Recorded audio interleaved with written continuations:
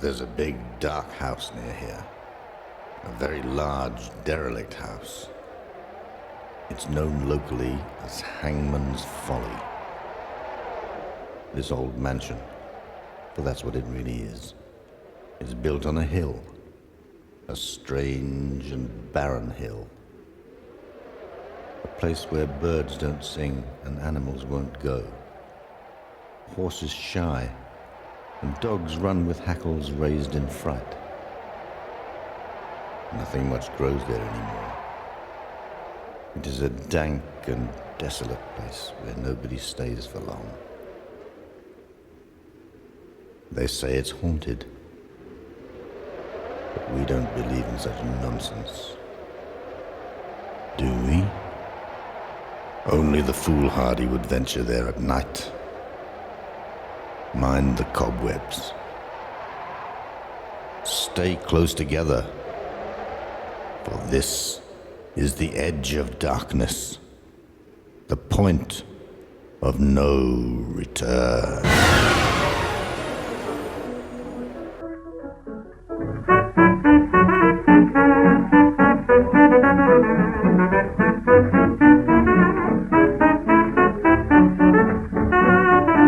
Welcome to Pitney and Amelia's Bitchin' Boutique. We may be awful, but we're right. So Halloween. It's our Halloween! favorite time of the year. Yay! Best holiday ever. You know, and traditionally, I have celebrated Halloween way more extensively than really anything else. Oh yeah, well you always threw the best parties. You know, Back in the day. Yes, we were infamous for our parties. Oh my god, they were so much fun. And I remember we had people, a lot of people were there, they were regulars, were people that we saw normally, but there were people that we would only see for the Halloween party. And I remember there was a couple people that used to call me every September or so and ask, "Are you having your party this year?" Because we were talking about it, and invariably, we would say yes, because we used to do mazes and cakewalks and pie eating contests bobbing for apples and costume contests, and we'd have prizes and absolutely. and we would go insane with the decorations. Well, and it wasn't a huge house, but it was a pretty good sized house with a lot of different areas that could be designated. Yeah. Like the dining room was often, well, you'd have cakewalks in there. So you'd have like tape on the floor for the cakewalks, but you'd also use that as the dance floor. Yeah. God, that last year when you had the laser light show, because we knew people who worked in a company that made the lasers for nightclubs. And so they brought over laser shit. Yeah, there was with the little moving mirror. Oh my god, it was so cool. And we had the fog machine. Oh, that was amazing. Although that was the year that nobody would hang out in the house. No, even though the house looked amazing. And it sucked because I had spent months. Oh god, months. Remember I'd gotten all those poster boards? And it was enough poster board to fill every wall in the living room and dining room. Yeah. Everything that wasn't that bookcase was completely covered, And I'd painted them all with the gray primer and then just the black, so it looked like castle bricks. Like kind of uneven, big stone bricks, And it was really cool, but everybody went outside, but outside was cool that year because we had the maze. Yeah. And I had also had the garage, remember I did it like a mini haunted house. And it was all black light. Oh, the black light stuff. And I had stuff dangling, and I had like the cauldron going. Oh, yeah. With dry ice, and I had a TV going. Like a little TV, I had put together, just horror clips. And I remember I had the brightness turned down way down.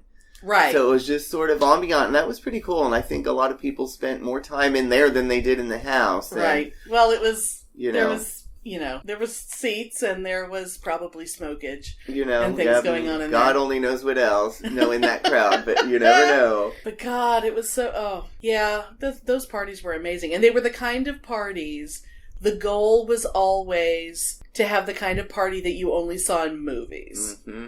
Because Halloween parties in movies, everybody shows up in costume. There's never some asshole showing up with a t-shirt that says, "This is my costume," and he just shows up with a six-pack. That is not acceptable. No. It's like people coming up with not only great costumes, but original cool costumes. Yeah, because our parties, they were like events every year. Oh, fuck yeah. Oh, they yeah. were events, and that's pretty cool that I was able to do that, for it's for so as long as I did, too. And it's so weird to think about how none of us had any money back then, but somehow, it's like if it was important, somehow you would find, a few $100s to spend just on one party. Yeah. Between food and... Oh, God, remember the year that we had the glamorous formal sit-down dinner party for Halloween? Oh, yes. And it was just like the best food. Like we made all the best food we could possibly come up with. It was very elegant. Yeah. It was very fancy. It was like this big, long... You had to turn the table sideways because it had to go partway into the living room, didn't it? Yeah, because I had to put all the leaves in it. Yeah. Yeah, we had to, because we had like, a dozen or more people for a sit-down dinner. And everything was lit only with candles and jack-o'-lanterns.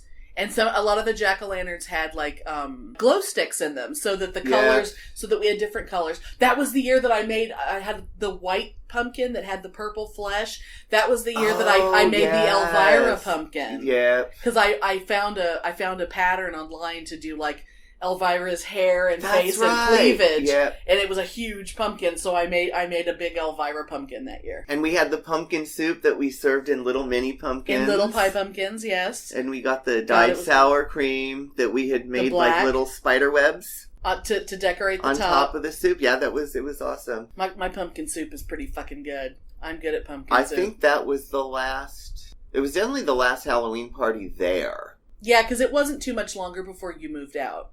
And I think that's the last Halloween party I've tried to have. I don't remember you having which one was at a Bull long Creek. time ago after that, but I think that was, that era was over, but we had a good run of about 6 or 7 years. Of every year having a huge party. And even though I was working in costume shops, and I would have to work like a 12-hour day on Halloween, and I wouldn't get off till like 9 o'clock at night, I would still run home, put on because I couldn't, usually the costume I would wear to your house was not the costume I could wear to work. Yeah, well, yeah. Because usually I was barely dressed, but I would run home, change my clothes, and go all the way across town to your house because there was no way I was missing your party. And I would show up at like 9:30, 10 or later. And the party was totally hopping, but I was exhausted, but there was no way I was missing it. Oh, fun times. I don't know that I could do it again, but... It's a lot of work. But I still like decorating, and I decorate, for me. Well, yeah. I mean, to some extent, there's aspects of my house that people would think... There are things in my house that I may have bought that they were Halloween decorations, but they're up year-round. Because there's just certain things. Like, I have a lot of skulls and things. Mm-hmm. But I'm definitely, ever since I moved into this neighborhood, we bought the house in September, so, like, one of the first things we did here was Halloween. And it was always my goal, my lifelong dream, to someday be the Halloween lady of a neighborhood. And when we bought this house, I had to wait. I couldn't do it right away because this house, the previous owner of this house was brutally murdered in this house. It was a murder-suicide, double homicide that is very well known in this area. So my first couple Halloweens were very... they're always child-friendly because my goal is that I want kids to always remember this house. I want to be spooky, but not too scary. But the first couple years, I wasn't even spooky. It was very kind of Peanuts-oriented. The second year, my front yard was just filled with pumpkins, and I was dressed as Linus, and I had a Welcome Great Pumpkin sign. It had to be as kid-friendly and non-death oriented as possible. But last year, we went all out because it was Saturday, because Halloween was on a Saturday, And the day before had been this horrible storm and this horrible flood where a lot of people in this area, we're not on a floodplain, but a lot of people had flooding. And so everyone was kind of, I figured either no one was going to come out or everyone was going to be in the mood to have a good day. And holy fuck. That's what it was, yeah. We estimated between 400 and 450 kids because a friend who had been the Halloween lady in her area until there were no more kids in her neighborhood, and she and I kind of combined our efforts and basically set up, she helped with the decorating, she sat on the driveway with me, and we were double fisting, putting candy into bags all night. And until we ran out. And like the people next door, literally in the middle of the night, the guy gets in his car and drives into town, which is like a 30-minute drive, just to buy more candy because there were so many people out. See, that sounds like a nightmare to me, but you were all about wanting the kids here, so. But it's like, I mean, we had like families that were all dressed up. I mean, there was an entire family, they were all dressed as characters from Walking Dead. It was the best! See, that's cool. It was so much fun. And I hope they all come back this year because I want to, if I see them a second time, then I will know that I have to be friends with them. Like, I need to just be like, you should come by sometime. It's like, yeah. Okay, we should totally hang out. But we had, because our front yard, we had like white wire fencing, like garden fencing going all the way around it so no one could walk through it. The entire front yard was a cemetery. And we had, like, every tombstone, we had, like, electric pumpkins and all kinds of stuff. We had lanterns all over the place. We had the front porch was lit. I had changed the bulbs out to make it green, and there were curtains, and oh my god, I have the coolest Halloween candelabras that I had bought, electric candles to go in, and each section of the porch had its own candelabra with dramatic black curtains on either side, and the porch had my full-size posable skeleton sitting at the table, and there's all these different colored, like yellow, like orangey yellow lanterns in there, and the background lighting was all green. This year he has Mr. Peterson is being joined by Mrs. Peterson, and I think she's going to be holding a shovel, standing in the yard. I am going to be dressed as an undertaker. Last year, all I could manage to do was put on my hat. I didn't have time to change. This year, I'm totally going to be dressed as an undertaker. But somehow this year, I'm going to have to do it by myself because my friend is going to be on a Halloween cruise, and I don't know how the hell I'm going to do this. But it'll work. Even with that, though, it's like she and I, because we did the cemetery thing in her yard, and we had been collecting styrofoam headstones. And we had these two oversized ones that we always referred to as the bride and groom. And we always had them together, and we always, in her yard, we always made them look like they both died together, that they were buried together, and that they were fresh graves. We would save leaves. We would bag up leaves for months, and so that we could pile them in front so that it would look like a freshly dug grave. We went to a lot of trouble putting like little miniature fencing around them, putting dead bouquets of flowers on the graves. I mean, we're serious. But at this house, I felt it was really inappropriate to have the dead couple because of the murders. So we had them in separate parts of the yard, and we didn't do the fresh grave thing or anything like that. But we still had one lady who came up and said, well, you know what happened in this house, right? And I'm like, of course I do. It's the law. They have to tell me. And it's the reason why this house was on the market for so long. And it's the reason why I got it for such a good price. Because of the murders. Yeah, it's unfortunate. It's sad. But this is now going to be my fourth Halloween. If anyone says anything to me this year, it's like, no. This is my house. If you really think about it, any house that's older than 10 years probably has someone die in it at some point. Of course. Whether it's of natural causes or something happened. It's like, people die all the time. And yes, this was brutal and horrible and unfortunate. But I fucking know what happened in my house. I didn't have a sage ceremony in this house for no reason. We had to do some juju clearing of this place. Because I think I'd lived here about 6 months before I realized that there's one place basically right where I sit, where I watch TV, in certain light in the evening, when the lighting is just right, you can tell that the ceiling was redone right there. And all of a sudden I was like, wow, that's weird. Why is it? Oh, because this is where the guy blew his brains out.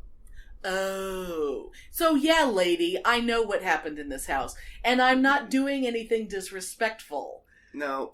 You know, I went fucking out of my way to be respectful. Now it's my house, and now it's you're scary. just living your life, and I don't even think you should worry about that anymore. And it's Halloween! Yep. It's Halloween. It's like, everyone else can put up skeletons and things for Halloween. Why can't I? What, because something happened here? And you're not the only friend that I have that lives in a murder house. Yes, that's true. That was a crazy murder house. Anyway, but you know who the family I'm talking about. Uh-huh. When they bought that house, it was vacant for years, and they only got it. And a big piece of land, too. I mean, like a nice piece of property. They only got it because I think he was 16 at the time. The teenage son went crazy, killed both of his parents, then got in the car and went and killed himself. Yeah. And it was a big, big news story. And it was like everyone knew. Everyone in this area.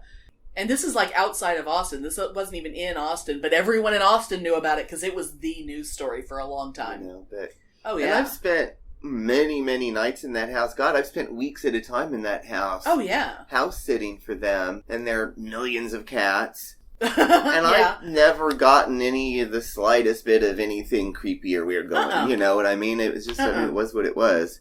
You know? And this house, there were like, we had little pockets of weirdness in this house, but they're gone. There was a couple spots in the house that felt funny at first, but you know, that weirdness has moved on. Wherever it went away. Well, you know, you're just spreading the geeky love. I am. I swear to God, if that woman comes back and tries to give me shit, I'm going to say, lady, do you know that the room that was the little girl's bedroom, that I kept her little girl light switch plate, and I keep a little pink thing from this that belonged to her that they left in this room.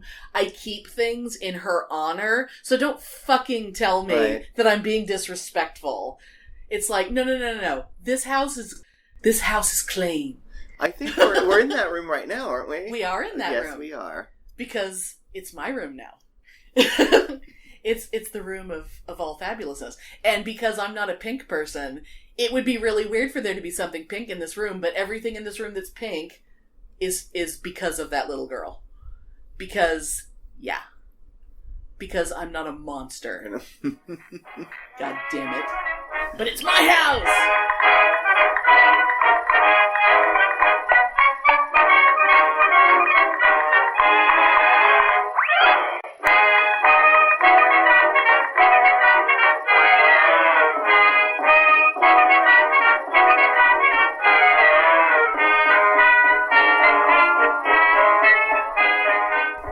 You know, not only do I love Halloween decorations. Yes. At all times of the year. Of course. But I'm obsessed with creepy Halloween music and Halloween soundtracks and stuff. And several years ago, I had discovered this website that is scarysounds.blogspot.com. Awesome. And this guy, he rabidly collects any Halloween-themed albums, music. Whether it be music, scary stories, sound effects. It's just awesome, and he has probably 100 at least things that you can download, and it's just available for anybody that's interested. So check it out; it's awesome. But they don't have the old Disney stuff. They do not have the Disney album the chilling, thrilling sounds of the haunted house. I still have mine. You know, I loved that when I was a little kid, but you know, Disney will sue the pants off you just for saying their name. So and I still haven't. That album is not available on this, but everything he also doesn't have a piece of music that I have that I really want to share at the end of this podcast, and I still, as of right now, I still haven't decided if I'm gonna put it on because it's Disney and it's awesome. But I guess you'll have to stay tuned. And it's also at least 50 years old, but you never know because it's Disney. Yeah, it's older than me. I know. I'm pretty sure it's older than me. It's got that fabulous 60s Disney sound to it. But yeah, so stay tuned. Hooray! Oh, that skeleton rag. They swell and brag about their appetite with laughter nearly as some ghostly gag in that moany, groany, bony skeleton rag. You know, the interesting thing about Halloween with all of its preoccupation with death and ghosts and The ghosts and goblins. Woo! all of this stuff is, you know, historically, it's falling at a time where, according to certain belief systems, the veil between the worlds is the lowest Right. on Halloween night or Yeah. Samhain night, which, by the way, is not Samhain. Yeah. Unless you are a 70s movie maker that doesn't know anything about it. Oh my God. And unless you're in a horrible heavy metal band of the same name. I was just gonna ask. Who obviously knows nothing about it because it's not pronounced Samhain. It's 'Cause never been pronounced Samhain. I always wondered if the band pronounced their own name correctly. At least their fans pronounce it Samhain. And anyway, but... So, because Sam Hain is just so dumb. it's the time of the year, you know, where the veil is supposed to be the thinnest, and so you can cross back, you can communicate with your those ancestors that have, and, you know, come before you right. and whatnot. And there's a lot of our traditions, or would have become, you know, Halloween traditions that are based on... that are related to honoring the relating dead to that, and like honoring the dead or protecting yourself from the dead if you feel like that's something that you need to be protected from. Well, it's like, because it's like if you can communicate with your ancestors, you also might accidentally communicate with someone you don't want to communicate with. Yeah. You know, I guess not everyone who died before you is someone you'd want to communicate with, I guess is the idea. You know, and I don't know necessarily that you would, unless you were open to that and kind of sending it out there to look for it. But, you know, but it's interesting that all this, you know, it's not just a randomly generated spooky holiday. Oh, I used to work with people who were, and it was weird because they would insist that every Halloween costume, if it's appropriate, you should be dressed as someone who's dead. That you can't dress as a princess. It's like, well, if you're going to dress as a princess, you have to be a dead princess. And I was just like, yeah, but you can dress as a dog if you want to dress as a dog. It's like, oh, I don't even... Yeah, that doesn't even make sense though either, because what I've read is... You're just dressing as someone who isn't you. When you're dressing up in costume, originally it was to disguise yourself. To confuse the spirits. From the spirits. Right. You know, and so it doesn't really matter what you're dressing up like if that's, you know, if that's the idea behind it. And it's like the idea isn't that you're supposed to be, you know, you can be dressed as one of them so they won't mess with you. You can dress as a spirit or as something, but you're really, I think a lot of times they dressed as animals, like they would wear animal skins, like to try and pretend to, you know, be a deer or whatever, so that, they're looking for humans, I'm going to dress as an animal. I think a lot of them were that kind of thing. Weird because I, you know, and there's a lot of things where, like, in other cultures that aren't, you know, Western Abrahamic religion cultures, death is a sacred thing. It's literally part of life. There's a thing called the sacred death, and if you want to dress like a skeleton to symbolize the sacred death, it's rich in all sorts of meanings that, you know, to think about it, we're not going to go into that right now, but think about it. It's rich in all kinds of meaning in your life. Death is a part of the cycle of life. Whether it's your death or the death of your family members or, it's the time, you know, so it's not a scary thing. I think it's a sacred thing. It's fun to be a little spooky sometimes. Well, sure. Just for the sake of, but it's not inherently evil. And Samhain has nothing to do with goddamn the devil, by the way. No, of course not. Unless you're one of those crazy people that think that anything that is not Jesus is automatically the devil, which is bullshit.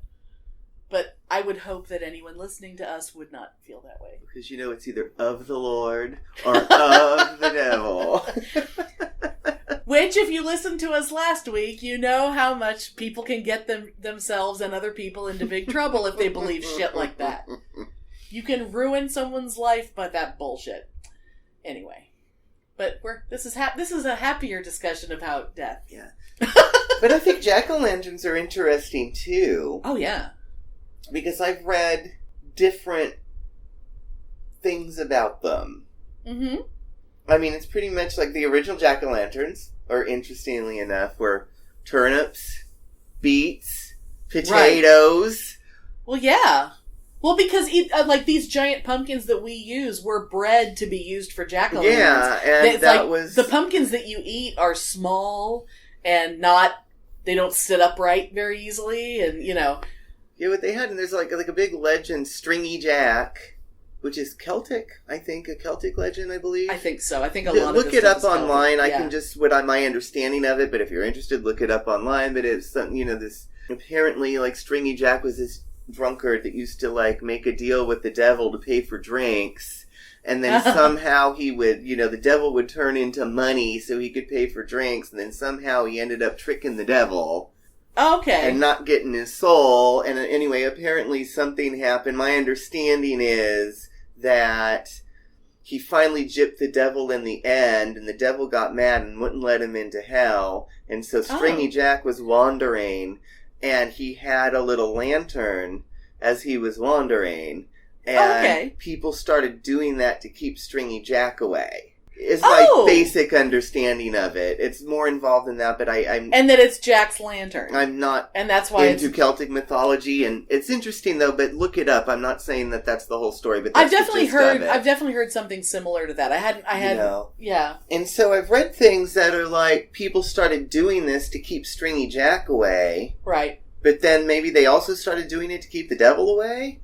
I think it all kind of ties into because, well, it's one of those things like, all these religions that are different, but somehow they're all the same. Yeah. They all have the same things. And I think it's like, there's a lot of things where it's hard to distinguish what your local culture is versus your local religion. Yeah. Because that's not even religion. That's just a folklore story. Or is it Stingy Jack?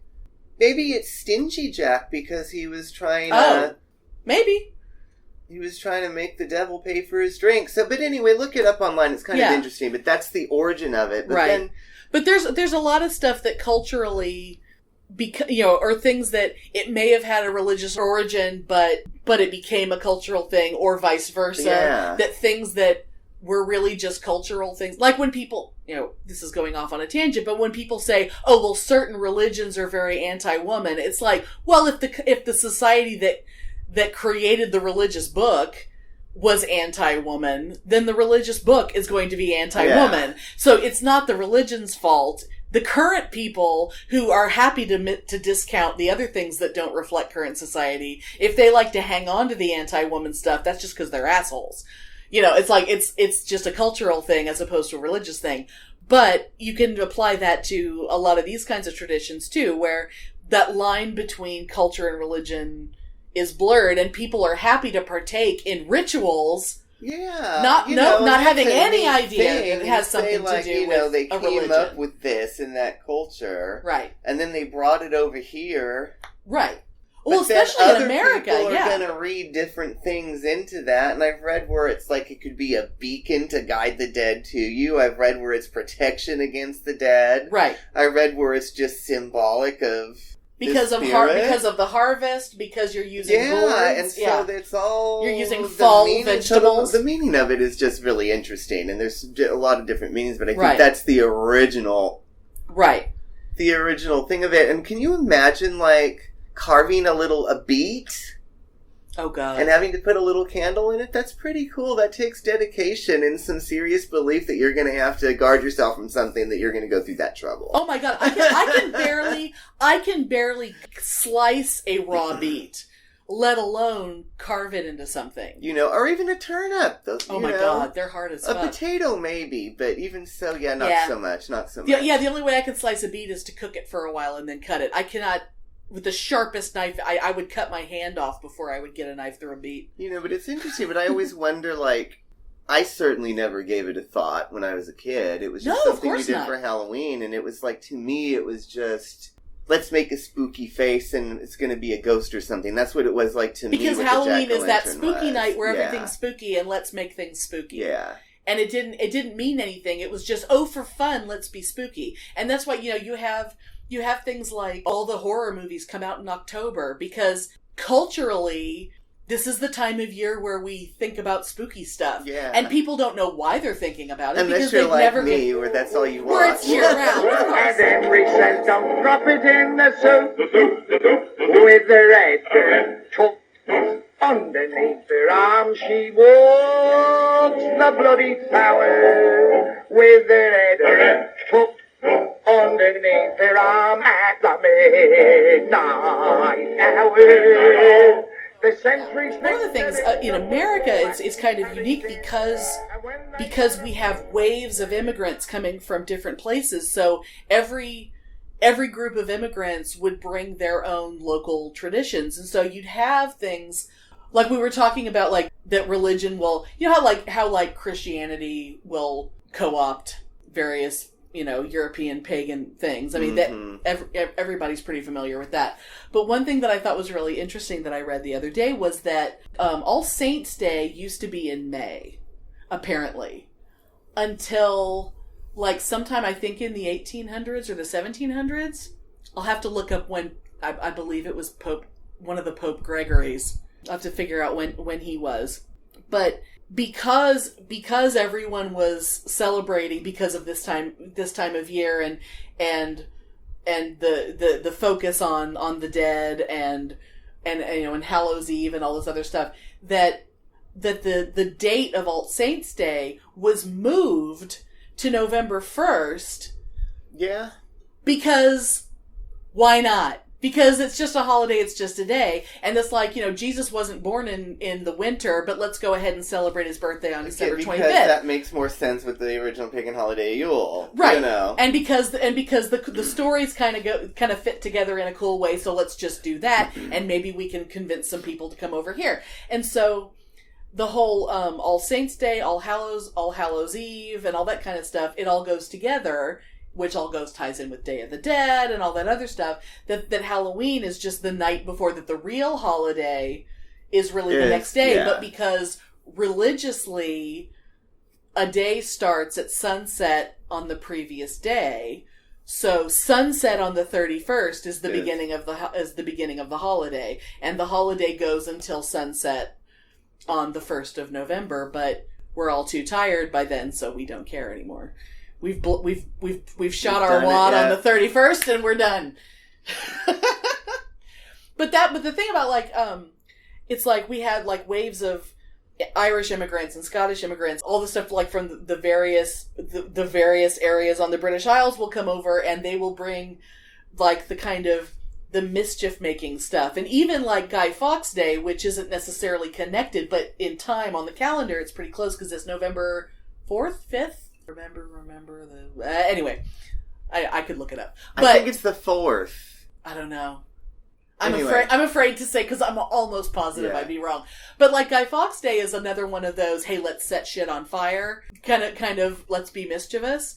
And so, it used to be, the spirits run around to be mischievous, and then it kind of, over time, it turned into kids run around and do mischievous things. And there's still places in the United States where, you'll have, what do they call it, Devil's Night. Is it Boston? I think it's Boston.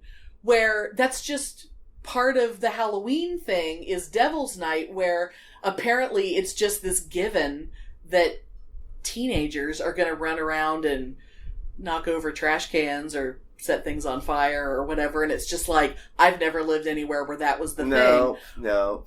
But I did. Or nowadays, they probably go out and shoot. Oh, Jesus. But because of that kind of mischief-making thing, there's this town called Hiawatha, Kansas. Look it up. that they actually sort of invented. I mean, all these little things are sort of kind of related to what we do today, because we carve jack-o'-lanterns and stuff like that. But the actual what do you do to celebrate Halloween was essentially invented in Hiawatha, Kansas by this woman who was sick and tired of kids trampling her garden. And like one year she had just planted all these flowers, and a bunch of kids knocked her fence down and trampled her garden, and she was just like, I've had enough of this. And she came up with this idea to have a costume parade, and that everybody should have a party. We'll all get together, and they call it the Halloween Frolic. And it's been happening since 1915 in this town. And there's other places in the U.S. that claim that they invented American Halloween, but they're wrong. So because it was Hiawatha basically did. to control hooliganism. children. Yes. So basically, most people in places where you live, trick or treat. There's some places where trick or treat means the trick part. Like, well, if you don't give me candy, I'm going to egg your house. But that's really rare. Most people don't live in places where that kind of shit happens.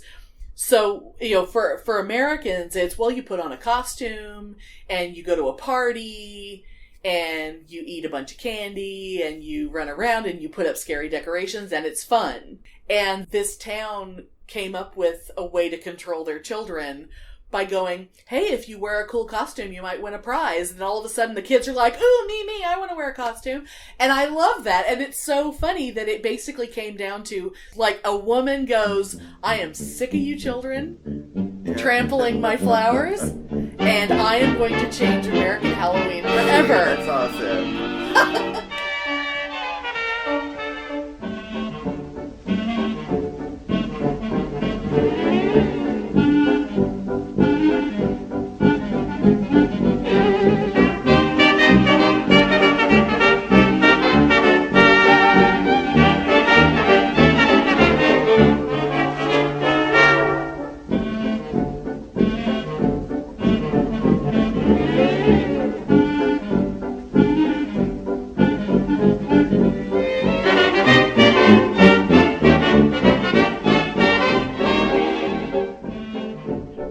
Like our old neighborhood where you and I had that duplex, no one trick-or-treated in that neighborhood. And it's like, it's like because of like people being afraid of razor blades and the candy and whatever, we're kind of going back to kids going to carnivals and shit, like schools and churches and stuff. And the thing, did that ever really happen? No. I don't think any of that ever happened, actually, did it? I think that it I mean, even if it ever happened, it may have happened once, but it never happened again. But hospitals are still x-raying candy bags and shit. And it's just dumb. And it's like, you know what? Come to my house, I'll give you a dum-dum and a Smartie and, and a little miniature Milky Way. Oh, but it's one like, thing poison. That I don't like about Halloween anymore is all this Nazi healthy organic elite bullshit. I can't give candy anymore. Oh my god. And it's like, I'm sorry, I don't want a piece of fucking fruit. Oh, fuck that, yeah. I don't want a goddamn quarter. Oh, and have you heard about the thing? Have you heard about the teal pumpkin thing? No. See? And the fact that you haven't, of course you don't, it's not like kids come to your house and you give them candy, but apparently it's a thing where if you put a teal pumpkin on your porch, then that tells the neighborhood that you're giving out like peanut-free or allergen-free. Shut the fuck up. I know. It's like, it sucks enough to be a kid with a peanut allergy, but if you have to be like, oh, well, I guess I can't participate in Halloween. It's like, how about you go around, you get your bags of candy, and then you hand it to your parents, and they sort it, and they eat all the peanuts, and it's like, no. You don't have to go to special houses. And the fact that no one fucking knows what that teal pumpkin thing is a pretty good indicator that it means nothing. That even if you're doing it, if you want to give out shit that doesn't have peanuts in it, go right ahead. Just to make sure that some kids have shit that doesn't have peanuts. But it's not like you're still giving them a goddamn pixie stick. You're still giving them a straw full of sugar. So mad in that whole, we can't even go into it now, but we will eventually. That article you sent me about the goddamn peanut butter and jelly sandwiches at the Emmys. Oh, when the kids handed out peanut butter and jelly sandwiches and someone had the nerve to say, but some people are allergic to peanuts. And then some fucking asshole started talking about how upsetting that was to the food allergy community. Oh, that's a whole other podcast. Can I just say one thing? Shut the fuck up, the food allergy community. Yeah, you're a community now. Yeah, I mean, there was a kid when I was in 3rd grade who was allergic to milk. There was not... Was there ever a milk allergy community when we were children? It's like you didn't fucking eat it. You just... Yeah, it's like... If something is your deal... I mean, yeah, if there's certain things I'm not supposed to eat, then I just avoid it. It's my problem. And it's not the world's problem. If you're a grown-up adult at the Emmys... You're gonna know if you can't eat peanut butter and sitting next to it ain't gonna kill you. Shut up. And you didn't have to eat the sandwich. It was literally being handed out as a comedy bit for TV. Oh, it was, God, don't even get me started. Yeah, but anyway, yeah. Oh my God. Oh. I think if you see a house with a teal pumpkin, egg it! It's almost like you're ruining my Halloween by reminding me that there are children out there who can't have peanut butter. That makes me so fucking sad. But goddamn it, the fact that a kid out there can't have peanut butter doesn't mean that the world can't have peanut butter. So everybody calm down. But you know too, what kind of irritates me though, because I've read things, and I haven't seen anything about it this year because I'm paying attention. But I've read things about, concerns about unhealthy things being given out at trick-or-treaters. You know what I mean? One, parent, shut the fuck up. It's once a year. Yeah, but don't be the asshole that gives out pennies. If you think your child is so goddamn special, because they're not. But if you think your child is so fucking special that they can't eat candy like everybody else, don't let them trick-or-treat. Right. They will grow up to resent you, and then they'll grow up and eat a whole cake by themselves. I didn't get to go trick or treating because my mom is a dumb yuppie bitch. There you go. Nobody is as despised as the house that gives out toothbrushes. Nope.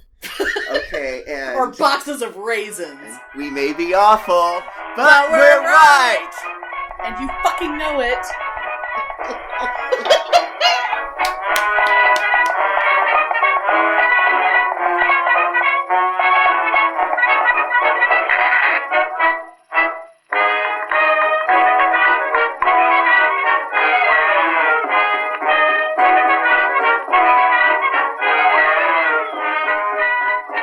Help us out by rating and reviewing us on iTunes or Stitcher. That'll help us promote our show, and we'd really appreciate it.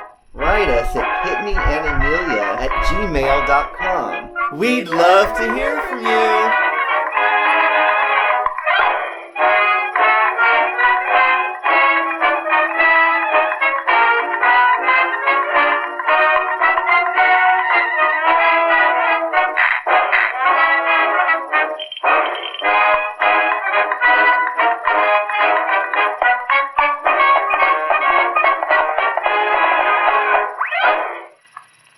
Trick or treat.